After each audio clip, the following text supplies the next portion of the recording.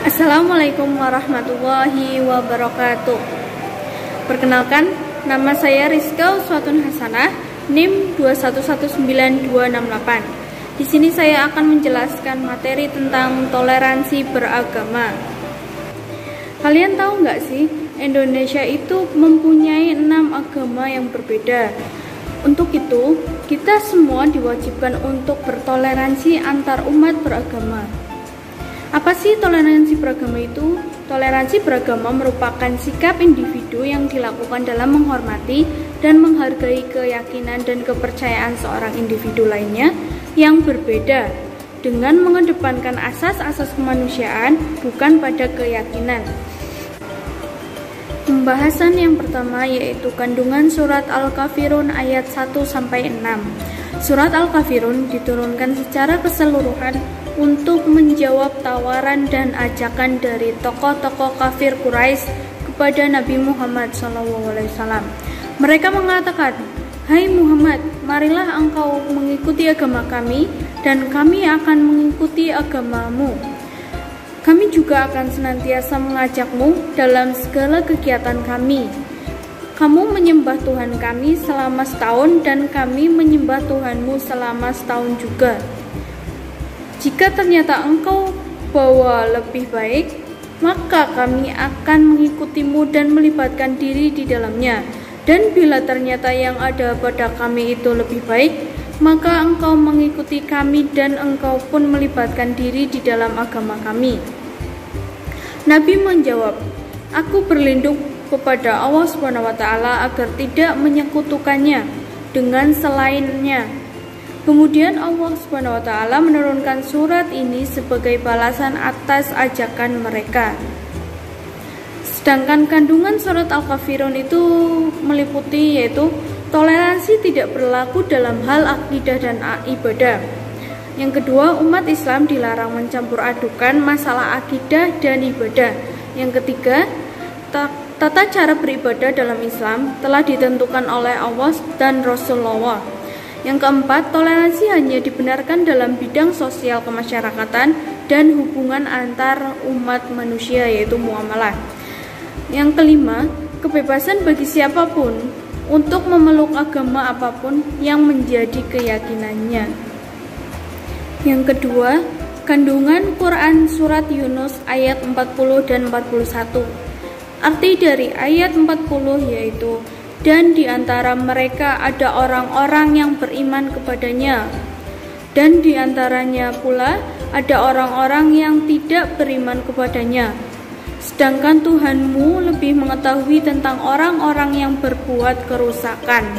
Kandungan ayat 40 surat Yunus menjelaskan orang yang tidak beriman atau kaum kafir yang mendustakan Al-Quran dibagi menjadi dua, yaitu yang pertama, golongan yang benar-benar mempercayai dengan itikat baik terhadap Al-Quran. Yang kedua, golongan yang sama sekali tidak mempercayai dan terus-menerus di dalam kekafiran. Mereka termasuk orang yang berbuat kerusakan. Selanjutnya, arti dari ayat 41 yaitu, "Jika mereka mendustakan kamu, maka katakanlah, bagiku pekerjaanku dan bagimu pekerjaanmu. Kamu terlepas diri terhadap apa yang aku kerjakan dan aku pun terlepas diri terhadap apa yang kamu kerjakan." Kandungan surat Yunus ayat 41 yaitu menyatakan bahwa ajaran Islam sangat menghargai perbedaan-perbedaan di antara manusia, karena masing-masing itu mempunyai hak dan tidak boleh memaksakan orang lain memeluk agama Islam sekalipun Islam agama yang benar. Yang ketiga, kandungan surat Al-Kahfi ayat 29. Arti dari Al-Kahfi ayat 29 yaitu, "Dan katakanlah, kebenaran itu datangnya dari Tuhanmu. Maka barang siapa yang ingin beriman, hendaklah ia beriman. Dan barang siapa yang ingin kafir, biarlah ia tetap kafir. Sesungguhnya kami telah sediakan bagi orang-orang zalim itu di neraka, yang gejolaknya mengepung mereka. Dan jika mereka meminta minum, niscaya mereka akan diberi minum dengan air seperti besi yang mendidih, yang menghanguskan muka. Itulah minuman yang paling buruk dan tempat istirahat yang paling jelek. Kandungan pada surat Al-Kahfi ayat 29 ini menegaskan bahwa manusia yang beriman atau yang tidak beriman kelak akan merasakan akibatnya masing-masing. Sebab manfaat dan keuntungan dari keimanan itu akan kembali pada diri kita sendiri. Juga demikian halnya bagi siapa yang ingkar atau kafir, maka biarlah ia kafir. Walau kaya dan jabatannya tinggi, Allah SWT dan Nabi Muhammad tidak mengalami kerugian sedikit pun. Yang keempat, kandungan Quran surat Al-Hujurat ayat 10-13. Arti dari masing-masing ayat yaitu sesungguhnya orang-orang mukmin yang itu bersaudara. Alasannya itu, damaikanlah antara kedua saudaramu yang berselisih dan bertakwalah kepada Allah biar kau mendapat rahmat. Wahai orang-orang yang beriman, janganlah suatu kaum mengolok-olok kaum yang lain, karena boleh jadi mereka yang diperolok-olokkan lebih baik dari mereka yang mengolok-olok. Dan jangan pula perempuan-perempuan mengolok-olokkan perempuan lain, karena boleh jadi perempuan yang diperolok-olokkan lebih baik dari perempuan yang mengolok-olok. Janganlah kau saling mencela satu sama lain, dan janganlah saling memanggil dengan gelar-gelar buruk. Seburuk-buruk panggilan yaitu panggilan yang jelek, fasik, sehabis beriman. Dan barang siapa tidak bertobat, maka mereka itulah orang-orang yang zalim. Wahai orang-orang yang beriman, jauhilah banyak dari prasangka. Sebetulnya sebagian prasangka itu dosa. Dan janganlah kau mencari-cari kesalahan orang lain, dan jangan ada di antara kau yang menggunjing sebagian yang lain.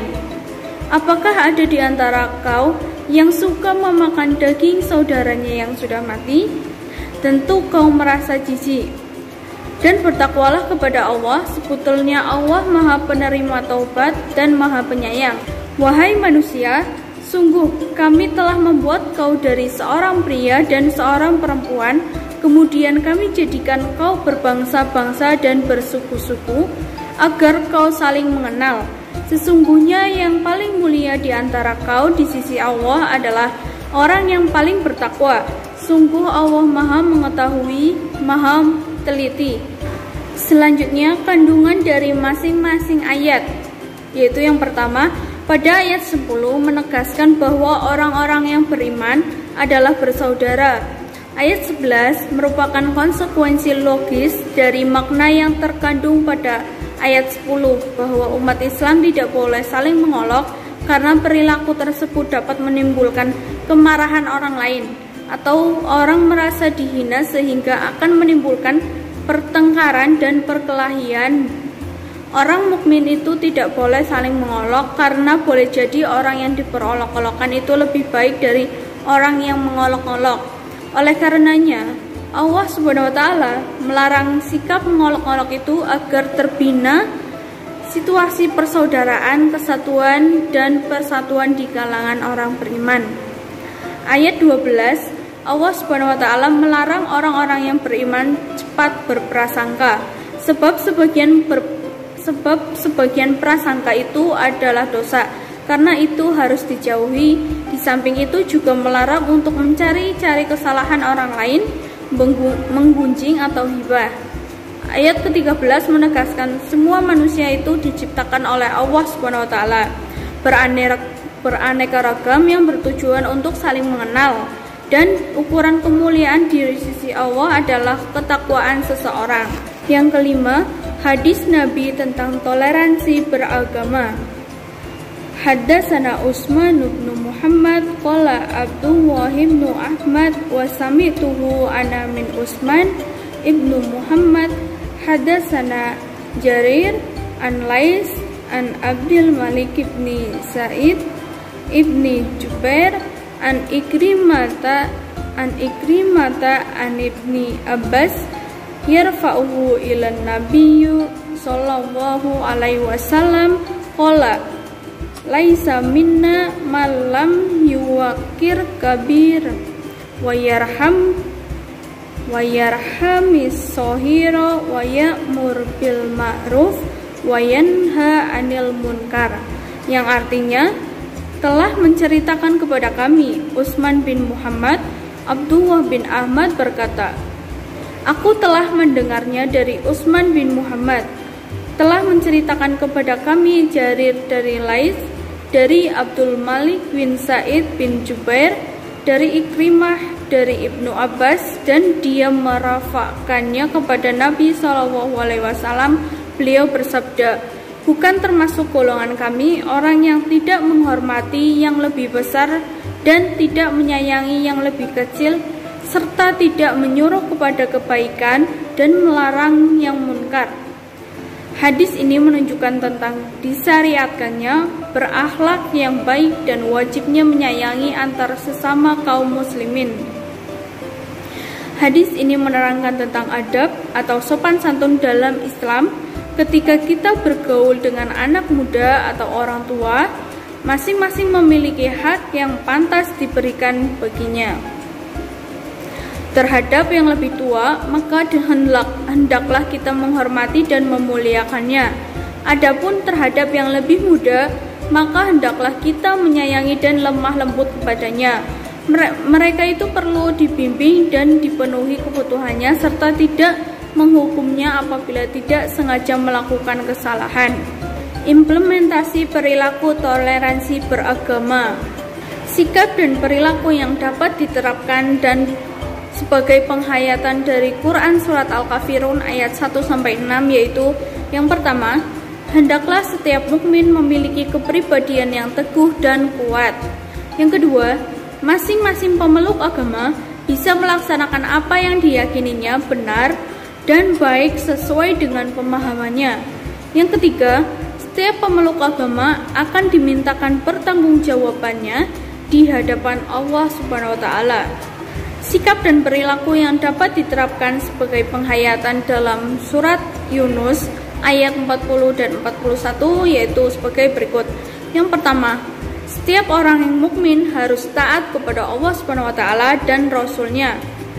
Yang kedua, hendaknya orang mukmin itu mengetahui bahwa Allah Subhanahu wa taala adalah pemelihara dan pembimbing kita semua. Yang ketiga, orang yang tidak beriman menolak mempercayai Nabi Muhammad SAW sebagai Rasul Allah dan semua apa yang dibawanya. Mereka berhak untuk berpisah secara baik-baik dan masing-masing akan dinilai oleh Allah Subhanahu wa taala serta diberi balasan dan ganjaran yang sesuai. Sikap dan perilaku yang dapat diterapkan sebagai penghayatan dan pengamalan dari Quran Surat Al-Kahfi ayat 29 yaitu yang pertama, nilai kebenaran adalah sesuatu yang pasti dan menjadi harga mati, sebab sumbernya dari Allah Subhanahu wa taala yang tidak boleh diubah atau diabaikan. Yang kedua, keuntungan dan kemanfaatan dari keimanan kita kepada Allah Subhanahu wa taala akan kembali kepada diri kita sendiri. Yang ketiga, mereka yang mengingkari dan menolak ayat-ayat Allah Subhanahu wa taala akan merugi dan celaka. Sikap dan perilaku yang dapat diterapkan sebagai penghayatan dan pengamalan surat Al-Hujurat ayat 10-13 yaitu sesama mukmin harus mempunyai jiwa persaudaraan yang kokoh meskipun berbeda bahasa, suku, bangsa, adat, kebiasaan, ekonomi, sosial, tetapi mereka satu ikatan persaudaraan. Yang kedua, sesama mukmin itu tidak boleh mengolok-olok, mengejek, menghina satu sama lainnya. Yang ketiga, sesama mukmin tidak boleh memanggil mukmin lain dengan panggilan atau sebutan yang buruk. Yang keempat, orang yang beriman dilarang berburuk sangka. Dan yang kelima, orang yang beriman harus mengakui bahwa di sisi Allah itu semua manusia sama kedudukannya. Yang membedakan adalah derajat mereka adalah ketakwaannya. Itu saja materi toleransi beragama yang disampaikan oleh saya. Kurang lebihnya mohon maaf. Wassalamualaikum warahmatullahi wabarakatuh.